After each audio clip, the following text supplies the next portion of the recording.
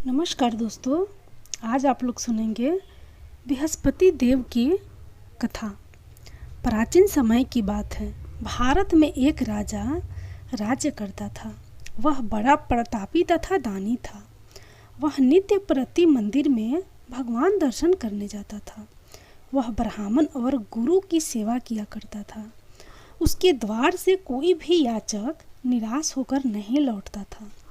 वह प्रत्येक गुरुवार को व्रत रखता एवं पूजन करता था। हर दिन गरीबों की सहायता करता था, परंतु यह सब बातें उसकी रानी को अच्छी नहीं लगती थी। वह न तो व्रत करती थी और न किसी को एक पैसा दान में देती थी। वह राजा से भी ऐसा करने को मना किया करती थी। एक समय की बात है कि राजा शिकार खेलने वन को चले गए। घर पर रानी और दासी थी। उस समय गुरु बृहस्पति साधु का रूप धारण कर राजा के दरवाजे पर भिक्षा मांगने आए। साधु ने रानी से भिक्षा मांगी तो वह कहने लगी, हे साधु महाराज, मैं इस दान और पुण्य से तंग आ गई हूँ। इस कार्य के लिए तो मेरे पति देव ही बहुत हैं। अब आप ऐसी कृपा करें कि सारा धन नष्ट हो जाए तथा मैं आराम से रह सकूं।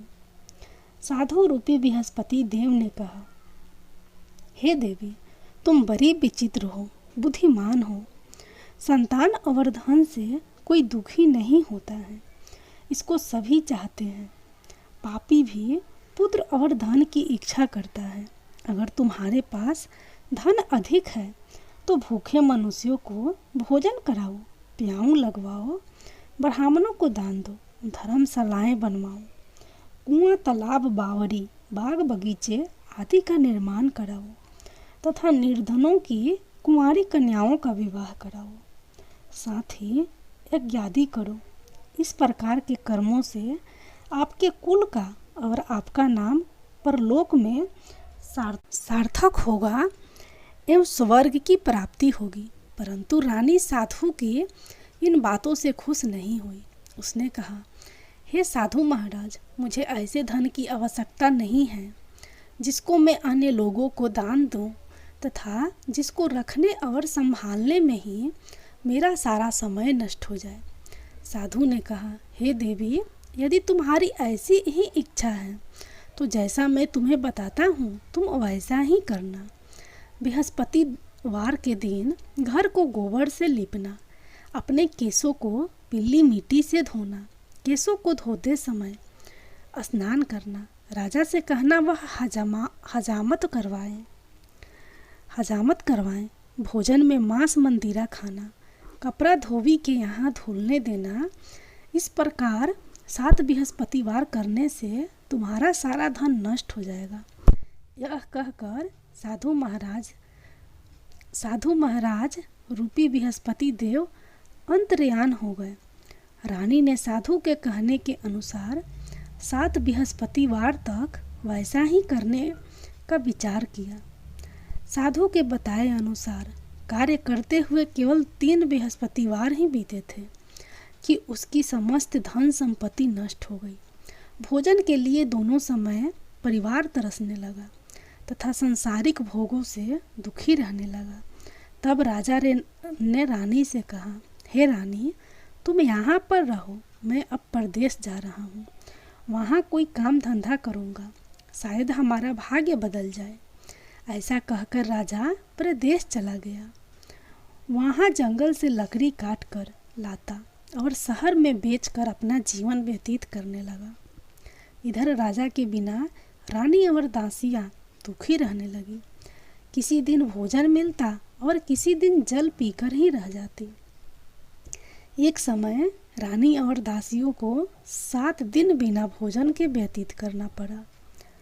तो रानी ने अपनी दासी से कहा, यहाँ पास ही के नगर में मेरी बहन रहती है, वह बड़ी धनवान है, तू उसके पास जा और वहाँ से 5 सेर बेझर मांगकर ले आओ, जिससे कुछ समय के लिए गुजर जाएगा। दासी रानी की बहन के पास गई। रानी की बहन उस समय पूजा कर रही थी। बृहस्पतिवार का दिन था। दासी ने रानी की बहन से कहा, हे रानी, मुझे आपकी बहन ने भेजा है। मुझे 5 सेर बेझर दे दो। दासी ने यह बात अनेक बार कही, परंतु रानी की बहन ने कोई उत्तर नहीं दिया, क्योंकि वह उस समय बृहस्पतिवार की कथा सुन रही थी। जब दासी को रानी की बहन से कोई उत्तर नहीं मिला तो वह बहुत दुखी हुई। उसे क्रोध भी आया। वह लौटकर रानी से बोली, हे रानी, आपकी बहन बहुत ही धनी स्त्री है। वह छोटे लोगों से बात भी नहीं करती। मैंने उससे कहा तो उसने कोई उत्तर नहीं दिया। मैं वापस चली आई। रानी बोली, हे दासी, इसमें उसका कोई दोष नहीं है। जब बुरे दिन आते हैं तब कोई सहारा नहीं देता। अच्छे बुरे का पता विपत्ति में ही लगता है। जो ईश्वर की इच्छा होगी वही होगा। यह सब हमारे भाग्य का दोष है। उधर रानी की बहन ने सोचा कि मेरी बहन की दासी आई थी, परंतु मैं उससे नहीं बोली। इससे वह बहुत दुखी हुई होगी। अतः कथा सुन और विष्णु भगवान का पूजन समाप्त कर वह अपनी बहन के घर आई और कहने लगी, हे बहन, मैं बृहस्पतिवार का व्रत कर रही थी। तुम्हारी दासी हमारे घर गई थी, परंतु जब तक कथा होती है तब तक हम लोग ना उठते हैं और ना बोलते हैं, इसलिए मैं नहीं बोली। कहो दासी, क्यों गई थी? रानी बोली, बहन, हमारे घर अनाज नहीं था। वैसे तुमसे कोई बात छिपी नहीं है। इस कारण मैंने दासी को तुम्हारे पास 5 सेर बेझर लेने के लिए भेजा था। रानी की बहन बोली, बहन, बृहस्पति भगवान सबकी मनोकामना पूर्ण करते हैं। देखो, शायद तुम्हारे घर में अनाज रखा हो। यह सुनकर दासी घर के अंदर गई तो वहाँ उसे एक घड़ा बेझर का भाड़ा मिल गया। उसे बड़ी हैरानी हुई, क्योंकि उसने एक एक बर्तन देख लिया था। उसने बाहर आकर रानी को बताया। दासी अपनी रानी से कहने लगी, हे रानी, देखो, वैसे हमको जब अन्न नहीं मिलता तो हम रोज ही व्रत करते हैं। अगर इनसे व्रत की विधि और कथा पूछ ली जाए तो उसे हम भी किया करेंगे। दासी के कहने पर रानी ने अपनी बहन से बृहस्पतिवार व्रत के बारे में पूछा। उसकी बहन ने बताया, हे रानी बहन, बृहस्पतिवार को सूर्योदय से पूर्व उठकर स्नान करके बृहस्पतिवार का व्रत करना चाहिए, लेकिन उस दिन सिर नहीं धोना चाहिए। बृहस्पतिवार के व्रत में चने की दाल और मुनाका से विष्णु भगवान का केले के वृक्ष की जड़ में पूजन करें तथा दीपक जलावें। उस दिन एक ही समय भोजन करें। भोजन पीले खाद्य पदार्थ का करें तथा कथा सुने। इस प्रकार करने से गुरु भगवान प्रसन्न होते हैं, अन्य पुत्र धन देते हैं, मनोकामना पूर्ण करते हैं।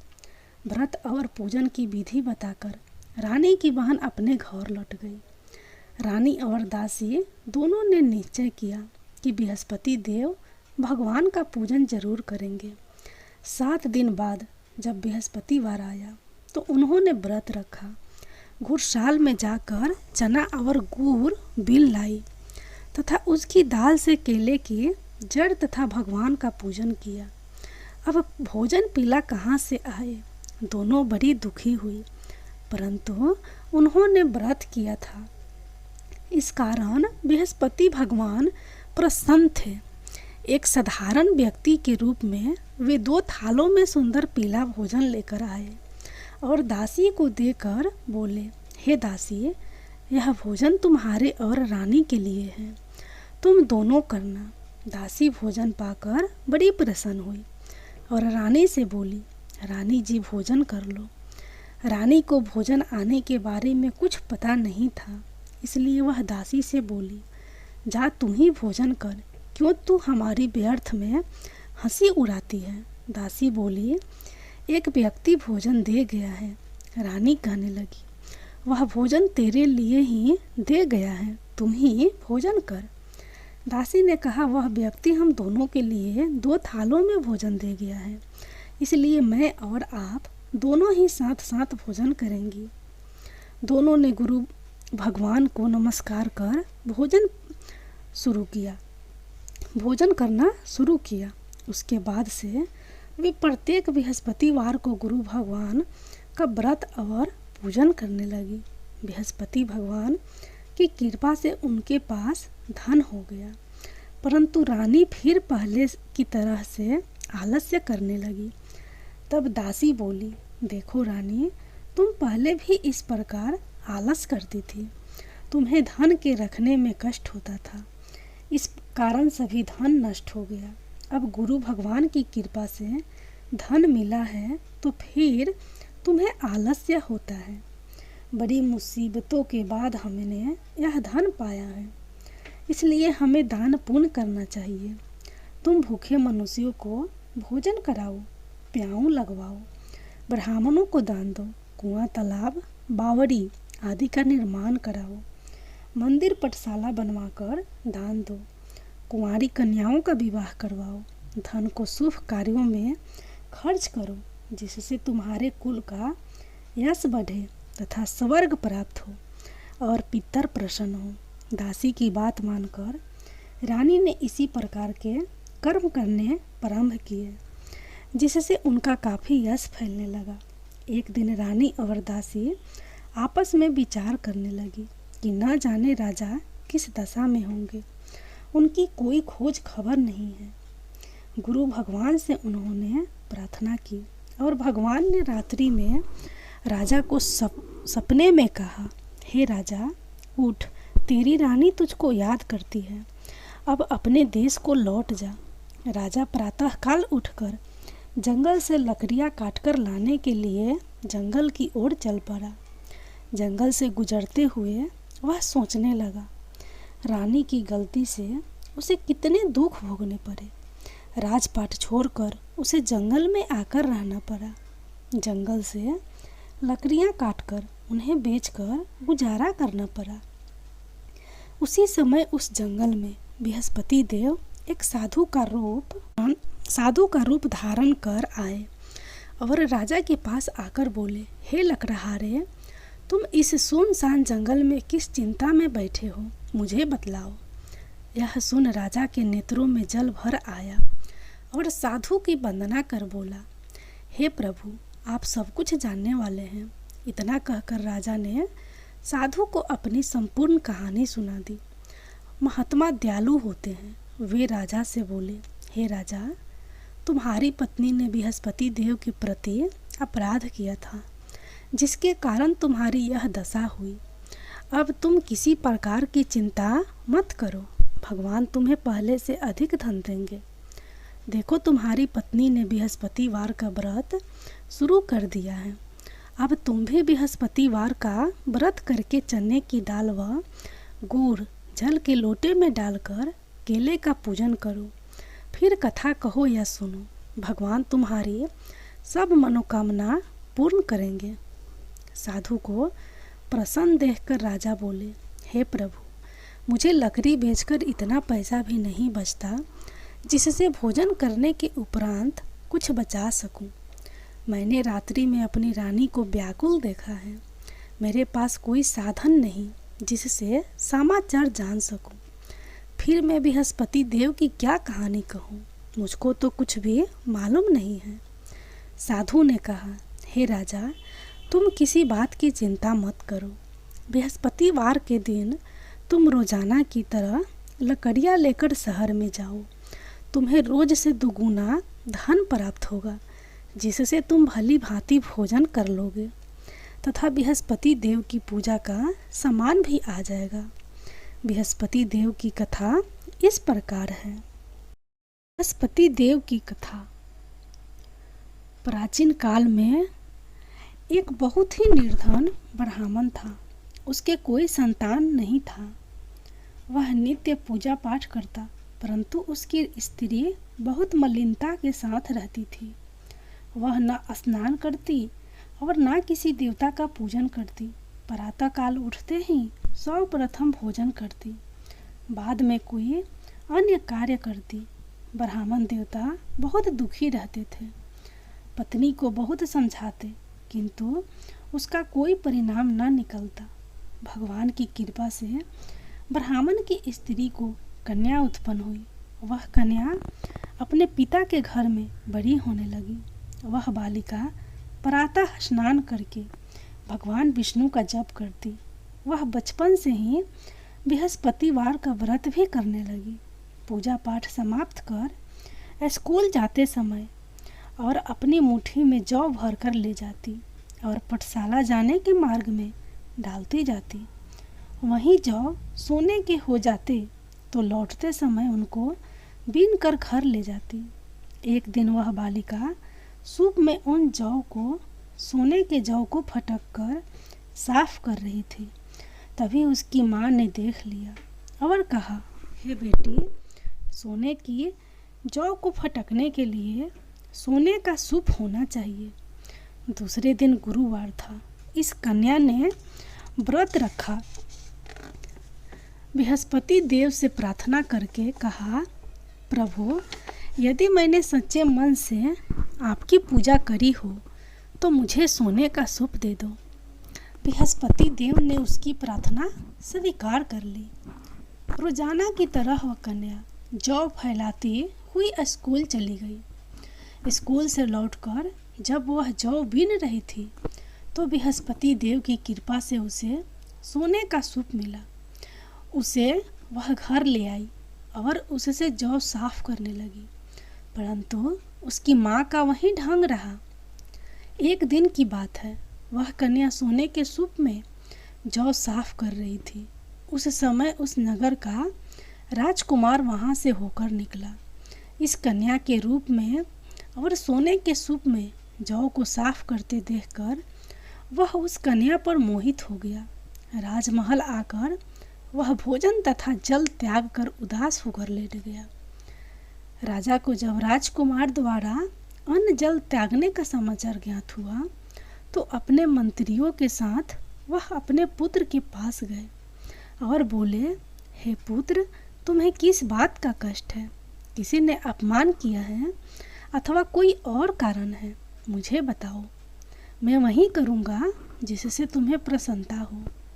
राजकुमार ने अपने पिता की बातें सुनी तो वह बोला, मुझे आपकी कृपा से किसी बात का दुख नहीं है। किसी ने मेरा अपमान भी नहीं किया है, परंतु मैं उस लड़की के साथ विवाह करना चाहता हूँ जो सोने के सूप में जौ साफ कर रही थी। यह सुन राजा आश्चर्य में पड़ गया और बोला, हे बेटा, इस तरह की कन्या का पता तुम ही लगाओ। मैं उसके साथ तुम्हारा विवाह अवश्य ही करवा दूंगा। राजकुमार ने राजा को उस लड़की के घर का पता बतलाया। मंत्री उस लड़की के घर गया और राजा का आदेश ब्राह्मण को सुनाया। कुछ ही दिन बाद ब्राह्मण की कन्या का विवाह राजकुमार के साथ संपन्न हो गया। कन्या के घर से जाते ही उस ब्राह्मण देवता के घर में पहले की भांति गरीबी का निवास हो गया। अब भोजन के लिए भी अन्न बड़ी मुश्किल से मिलता था। एक दिन दुखी होकर ब्राह्मण अपनी पुत्री से मिलने गया। बेटी ने पिता की दुख की अवस्था को देखा और अपनी माँ का समाचार पूछा। ब्राह्मण ने सभी हाल कहा। कन्या बहुत सा धन देकर अपने पिता को विदा कर दिया। इस तरह ब्राह्मण का कुछ समय सुखपूर्वक व्यतीत हुआ, लेकिन कुछ दिन बाद फिर वही हाल हो गया। ब्राह्मण फिर अपनी कन्या के यहाँ गया और सभी हाल कहा तो पुत्री बोली, हे पिताजी, आप माताजी को यहाँ लिया लाओ। मैं उन्हें वह विधि बता दूंगी जिससे गरीबी दूर हो जाए। ब्राह्मण देवता अपनी स्त्री को साथ लेकर अपनी पुत्री के पास राजमहल पहुँचे तो पुत्री अपनी माँ को समझाने लगी, हे माँ, तुम प्रातःकाल उठकर प्रथम स्नान आदि करके विष्णु भगवान का पूजन करो तो सब दरिद्रा दूर हो जाएगी। परंतु उसकी माँ ने उसकी एक बात नहीं मानी। वह प्रातःकाल उठकर अपनी पुत्री का बचा जूठन खा लेती थी। एक दिन उसकी पुत्री को बहुत गुस्सा आया। उसने एक रात एक कोठरी से सारा सामान निकाल दिया और अपनी माँ को उसमें बंद कर दिया। प्रातः उसमें से उसे निकाला तथा स्नान आदि करा के पूजा पाठ करवाया तो उसकी माँ की बुद्धि ठीक हो गई। इसके बाद वह नियम से पूजा पाठ करती और प्रत्येक बृहस्पतिवार को व्रत कर रखने लगी। इस व्रत के प्रभाव से उसकी माँ भी बहुत धनवान हो गई और बृहस्पति देवता के प्रभाव से स्वर्ग को गई। वह ब्राह्मण भी सुखपूर्वक इस लोक का सुख भोग कर स्वर्ग को प्राप्त हुआ। इस तरह कहानी कहकर साधु देवता वहाँ से लोप हो गए। धीरे धीरे समय व्यतीत होने पर बृहस्पतिवार का दिन आया। राजा जंगल से लकड़ी काटकर किसी शहर में बेचने गया। उसे उस दिन और दिनों से अधिक धन मिला। राजा ने चना गुड़ आदि लाकर बृहस्पतिवार का व्रत किया। उस दिन से उसके सभी कलेश दूर हुए। परंतु जब अगला गुरुवार का दिन आया तो वह बृहस्पतिवार का व्रत करना भूल गया। इस कारण बृहस्पति भगवान नाराज हो गए। उस दिन उस नगर के राजा ने विशाल यज्ञ का आयोजन किया तथा अपने समस्त राज्य में घोषणा करवा दी कि कोई भी मनुष्य अपने घर में भोजन न बनाए तथा आग भी न जलाए। समस्त लोग मेरे यहाँ भोजन करने आवे।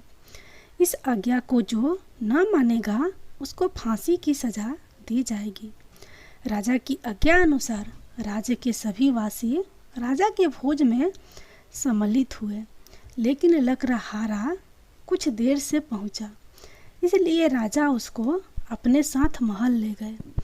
जब राजा लकड़हारे को भोजन करा रहे थे तो रानी की दृष्टि उस खूंटी पर पड़ी जिस पर उसका हार रखा हुआ था।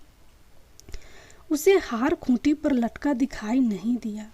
रानी को निश्चय हो गया कि मेरा हार इसी लकड़हारे ने चुरा लिया है। उसी समय सैनिक बुलवाकर उसको जेल में डलवा दिया। जब लकड़हारा जेल खाने में गया तो बहुत दुखी होकर विचार करने लगा कि न जाने कौन से पूर्व जन्म के कर्म से मुझे यह दुख प्राप्त हुआ है, और उसी साधु को याद करने लगा जो जंगल में मिला था। तत्काल बृहस्पति देव साधु के रूप में प्रकट हो गए और उसकी दशा को देखकर कहने लगे, अरे मूर्ख, तूने बृहस्पति देव की कथा नहीं कही, इसी कारण तुझे दुख प्राप्त हुआ है। अब चिंता मत कर। बृहस्पतिवार के दिन जेल खाने के दरवाजे पर 4 पैसे पड़े मिलेंगे। उनसे तू बृहस्पति देव की पूजा करना, तेरे सभी कष्ट दूर हो जाएंगे। अगले बृहस्पतिवार उसे जेल के द्वार पर 4 पैसे मिले। राजा ने पूजा का सामान मंगवाकर कथा कही और प्रसाद बांटे। उसी रात्रि को बृहस्पति देव ने उस नगर के राजा को स्वप्न में कहा, हे राजा, तूने जिस आदमी को जेल खाने में बंद कर दिया है वह निर्दोष है, वह राजा है, उसे छोड़ देना। रानी का हार उसी खूंटी पर लटका हुआ है। अगर तू ऐसा नहीं करेगा तो मैं तेरे राज्य को नष्ट कर दूंगा। राजा प्रातःकाल उठा और खूंटी पर हार टांगा देखकर लकड़हारे को बुलाकर क्षमा मांगी। तभी राजा के योग सुंदर वस्त्र आभूषण भेंट कर उसे विदा किया। गुरुदेव की आज्ञा अनुसार राजा अपने नगर को चल दिया। राजा जब नगर के निकट पहुंचा तो उसे बड़ा ही आश्चर्य हुआ। नगर में पहले से अधिक बाग, तालाब और कुएं तथा बहुत सी धर्मशालाएं, मंदिर आदि बने हुए थे। राजा ने पूछा कि यह किसका बाग है और धर्मशाला है। तब नगर के लोग कहने लगे कि यह सब रानी और दासी द्वारा बनवाए गए हैं। राजा को आश्चर्य हुआ और गुस्सा भी आया। जब रानी ने खबर सुनी कि राजा आ रहे हैं तो उसने अपने दासी से कहा, हे दासी, देख, राजा हमको कितनी बुरी हालत में छोड़ गए थे। वह हमारी ऐसी हालत देखकर लौट न जाए, इसलिए तू दरवाजे पर खड़ी हो जा। रानी की आज्ञा अनुसार दासी दरवाजे पर खड़ी हो गई। जब राजा आए तो उन्हें अपने साथ महल लिवा लाई। राजा ने क्रोध करके अपनी तलवार निकाली और रानी से पूछने लगा, बताओ यह धन तुम्हें कैसे प्राप्त हुआ है?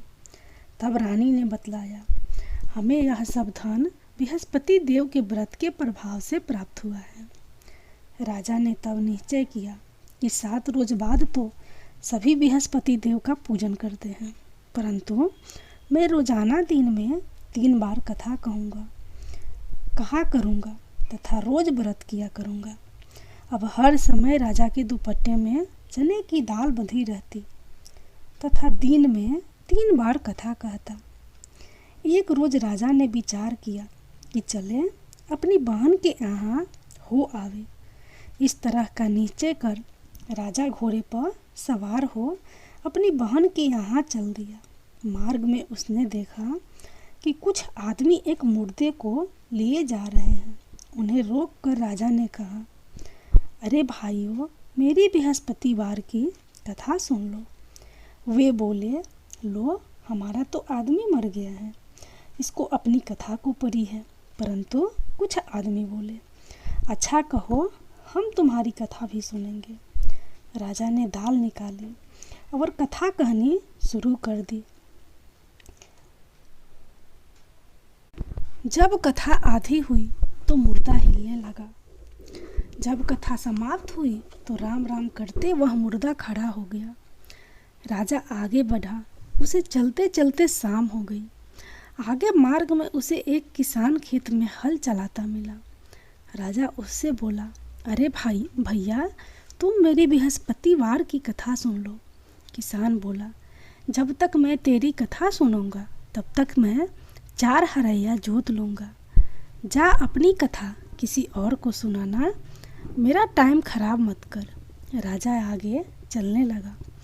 राजा के हटते ही बैल पछाड़ खाकर गिर गए तथा किसान के पेट में बहुत जोर से दर्द होने लगा। उसी समय किसान की पत्नी रोटी लेकर आई। जब यह देखा तो उसने पुत्र से सब हाल पूछा। बेटे ने सभी हाल बता दिया। बुढ़िया दौड़ी दौड़ी उस घुड़सवार के पास गई और उससे बोली, मैं तेरी कथा सुनूंगी, तू अपनी कथा मेरे खेत पर ही चलकर कहना। राजा ने लौटकर बुढ़िया के खेत पर जाकर कथा कही, जिसके सुनते ही बैल खड़े हो गए तथा किसान के पेट का दर्द भी बंद हो गया। राजा अपनी बहन के घर पहुंच गया। बहन ने भाई की खूब मेहमानी की।